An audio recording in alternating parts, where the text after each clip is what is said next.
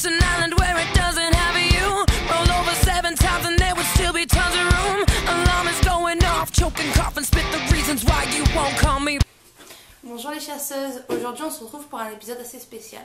Donc ce n'est pas un lundi que lisez-vous, mais c'est un compte rendu sur ma première lecture pour mon rendez-vous Si tu lisais pour moi, que j'ai fait avec Stéphanie pour le mois d'avril, qui était sur le thème de la romance. Alors pour le rendez-vous, j'ai reçu La maîtresse du Lochleven de Debra Bruce, qui est un des livres romances préférés de Stéphanie, donc j'étais super déjà contente qu'elle me fasse partager, en sachant qu'on n'en trouve plus beaucoup. Il est plus réédité depuis, je crois que cette édition-ci date de 94. Donc je vais vous mettre des liens parce que pour celles que ça intéresserait, on peut l'avoir pour vraiment pas très très cher sur Price Minister. Sur Amazon, j'ai pas vérifié donc je sais pas. Mais je sais qu'il y a moyen de l'avoir pour pas très cher. Et franchement, il vaut vraiment le coup. Donc c'est un pavé de 760 pages. Donc je pense que je vais vous lire la 4e de couverture, ça sera beaucoup mieux que si je vous faisais un résumé parce que j'aurais peur de spoiler certaines choses. Donc 1895, Cromdale, un château solitaire et glacé qui défie les brumes d'Écosse. C'est là que, depuis 9 ans, Catherine Brody vit enfermée, prisonnière de l'amour passionné et inhumain que lui porte son frère Will. Un homme, l'énigmatique et troublant Robert MacLean, va bouleverser sa vie, l'arracher à la monstrueuse emprise de son frère et, en l'épousant, lui rendre ses rêves, ses espérances, sa dignité. Ensemble, ils veulent croire au bonheur et s'installent au Lochleven, le domaine que Catherine a hérité de sa mère. Mais leur amour sera-t-il assez fort pour vaincre les malédictions ancestrales, ou sont-ils condamnés à vivre prisonniers du passé et de ses sortilèges maléfiques? Donc je me suis vraiment régalée, même s'il y a eu des petits moments où pas je me suis ennuyée, où on va dire que je me demandais un peu où Debra Bruce allait nous emmener. Je me suis beaucoup attachée à Katie, donc Catherine. Pour Robert, c'est assez spécial en fait comme personnage parce que dans un autre livre, dans un autre contexte, peut-être que je l'aurais trouvé détestable justement parce que au début quand il tombe même pas amoureux de Cathy, il lui trouve quelque chose peut-être de magique qui va faire qu'il veut passer sa vie avec elle, façon de parler, parce que Robert est un homme qui aime voyager un peu partout. Robert MacLean est assez spécial. Et je vais poser le livre. Il éprouve plus un désir physique au début pour Cathy, qui elle le voit plus comme son sauveur parce qu'elle se fait violer par son frère Will depuis l'adolescence. Et il l'a bloqué à Cromdale, au château de Cromdale. Et elle voulait à tout prix récupérer le Lochleven que sa mère lui avait donné en héritage si elle venait à se marier. Or Will voulait pas du tout qu'elle se marie, forcément, parce qu'il voulait la garder sous sa coupe. Et donc un jour, Will rencontre en voyage Robert en France. Robert rentre à Cromdale avec Will, tombe sur Cathy, pense juste qu'il y a quelques violences entre son frère et Cathy, il ne se doute pas du tout qu'elle est violée. Et ce qu'il va vouloir faire, c'est vouloir la sauver. Donc ils vont faire un mariage blanc. Donc Robert la prévient, il se marie avec elle juste pour qu'elle puisse récupérer le Lochleven. Et lui après ça, il s'en va faire ses parties de poker pour gagner de l'argent. Il va se passer quelque chose pendant le voyage et pendant le début de ce mariage blanc qui va faire que Robert va vouloir découvrir un peu plus justement Cathy. Et il va se proposer de lui donner de l'argent pour restaurer justement le château pour en faire un hôtel. Donc elle accepte, ce qui fait qu'ils vont se voir plus souvent que normalement ils n'auraient pas dû se voir du tout. Et va commencer à se créer une relation qui va vraiment prendre racine petit à petit. Ça va vraiment s'étirer tout le long de ces 700 pages. Au début on se dit mais c'est pas possible, ils vont jamais s'aimer réellement, ça va juste être quelque chose de physique. Et après au moment où ils ont des enfants, où il va se passer quelque chose avec Will, en fait toutes ces péripéties de la vie vont faire que ils vont de plus en plus être attachés l'un à l'autre au point de ne plus pouvoir se passer l'un de l'autre. Donc le livre est plein de rebondissements. On voit aussi un moment de la vie de Jen, donc la fille de Robert et Cathy, qui va complètement se détourner de sa mère. Elle va aller vivre à Cromdale avec Flora, donc, qui est la femme de Will.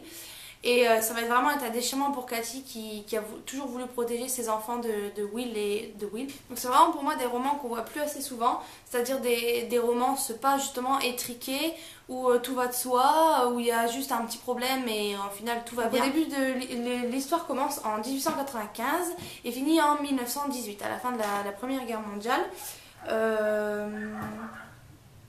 Donc elle avait 20 ans, une vingtaine d'années quand elle l'a rencontré, donc il n'y avait pas beaucoup de différence. Et à la fin de l'histoire, il me semble qu'elle est 48 ans, si je dis pas de bêtises. Donc ils n'ont pas beaucoup de différence, il est dans la quarantaine, cinquantaine, donc il est tout grisonnant à la fin du livre. Et on va découvrir vraiment des périodes de leur vie assez dures, des passages assez intimes de leur vie, qui font que on apprécie le roman pour justement sa profondeur. C'est-à-dire qu'on n'effleure rien, on va vraiment au plus profond des choses. Le livre aussi, ce côté fantastique que j'ai beaucoup aimé, où on n'arrive pas à détacher la réalité du rêve. Parce que le récit se pose aussi sur, justement, comme est dit sur la quatrième de couverture, il y a des sortilèges ancestraux, donc on est quand même en Écosse, c'est quand même quelque chose qui est assez présent dans ce pays-là. Donc Robert croit en Hugues de la petite tête, je vous en dis pas plus. Par exemple, il compare toujours Kate à Aoife, la guerrière irlandaise. Et Kate pense aussi qu'il y a une sorte de malheur ancestral qui pèse sur sa famille. Donc on ne sait pas vraiment quand est-ce qu'on est dans le récit réel et quand est-ce qu'on est dans le fantastique justement. Et c'est assez dingue de voir que ces deux choses peuvent vraiment être en corrélation et faire quand même une sorte de romance historique parce qu'on voit vraiment pas mal de parties d'histoire de l'Écosse, de la France, de la guerre. C'est vraiment quelque chose de très complet, c'est un roman très complet qui m'a vraiment plu.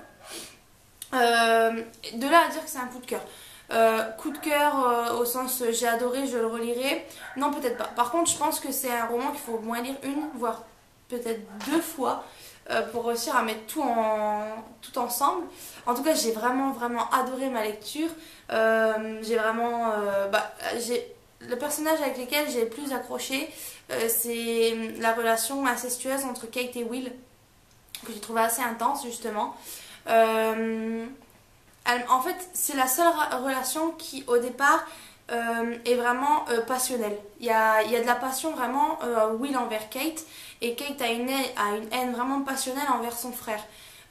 Donc au début, on se dit, ouais, mais elle a vraiment pas de chance. C'est vrai que c'est peu, mais bon, c'est quand même un livre.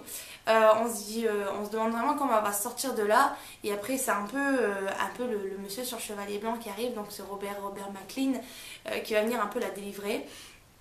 Sans vouloir en dire trop parce que je voudrais vraiment que si vous avez l'occasion, vous découvriez ce livre parce que c'est vraiment un truc incroyable qu'on voit plus beaucoup. Et à partir du moment où Robert entre dans sa vie, on vit vraiment des choses intenses. Comme tous les couples, il y a des disputes, comme tous les couples, il y a des ruptures, comme tous les couples, il y a de l'amour, il y a des scènes forcément sensuelles, sexuelles. Mais ça reste toujours dans le domaine de la vie de couple et ça donne vraiment une réalité au récit que j'ai adoré. Je vais essayer de pas trop m'épandre. Il y a juste parfois des petites choses qui m'ont manqué. C'est un peu des descriptions de personnages. J'ai trouvé qu'on n'en avait pas assez. Comme par exemple pour Robert. J'arrive pas vraiment, comparé à Katie que j'arrivais un peu plus, j'arrive pas vraiment à l'imaginer physiquement. Je veux dire, j'arriverai pas vraiment à lui mettre une image. Je pense que si je lui mettrais une image, ce serait plus un condensé de... Comment dire, de Dean et de Papa Winchester. Papa Winchester, je sais pas si vous voyez, je vais vous mettre une photo. Donc voilà, Papa Winchester, je le verrai comme ça dans la trentaine d'années de sa vie. Katie, je la vois un peu comme une Emma Thompson rousse. Emma Thompson dans Raison et Sentiment. Jane, je vois... Elle, c'est vraiment un personnage très austinien, mais au XXe siècle, forcément. Davy, ce serait un personnage qui joue dans un des épisodes d'Hercule Poirot. C'est assez bête de mettre des connotations comme ça, mais justement, ce défaut de critères physiques, ça m'a un peu... ça m'a poussé à les imaginer moi-même. J'ai pas vraiment réussi à avoir une personne en chair entière, et je veux dire que c'est juste vraiment le bémol de ce livre. Mais sinon, j'ai adoré, donc voilà. Pour premier rendez-vous utilisé pour moi, La maîtresse de Lochleven de Deborah Bruce, que je vous recommande chaudement. Pour ma part, je lui ai prêté Darcy dans l'âme d'Elizabeth Aston aux éditions Milady, la collection Pemberley. Donc pour elle, elle le découvre pour moi parce que je ne l'ai pas du tout lu. D'ailleurs, j'ai plein de Milady de la collection Pemberley, 4 films Monsieur Darcy, le journal de Monsieur Darcy, Charlotte Billingsley. J'en ai plein que j'ai pas encore commencé à lire, il faudrait vraiment que je m'y mette. J'attends qu'il fasse un peu meilleur parce que je sais pas pourquoi je cherchais pas la romance, pour moi c'est quand il fait beau. Sinon, s'il y a des intéressés, pour ce mois-ci, vous avez encore 3-4 jours pour vous inscrire et trouver une binôme. Donc je vais mettre le lien en dessous. Donc sur le thème fantastique justement, donc le rêve mêlé au réel. Donc il pouvait aussi bien être dans les deux, bon plus romance que fantastique, mais le côté un peu magie ancestrale, c'est pas de la magie qui passe par les mains, c'est vraiment tout dans la tête et dans les légendes. Je pense qu'il aurait vraiment pu aussi coller au sujet. Enfin bref, je m'éloigne. Donc voilà. Sinon, on va commencer à faire le vote pour le mois de juin. Donc n'hésitez pas à nous rejoindre si l'envie vous en dit, maintenant que vous avez un peu découvert l'univers de ce rendez-vous. Je vous fais plein de gros bisous, je vous dis à très bientôt pour un syndiquez-vous la semaine prochaine. Et plein de bisous et venez vite nous rejoindre sur le rendez-vous.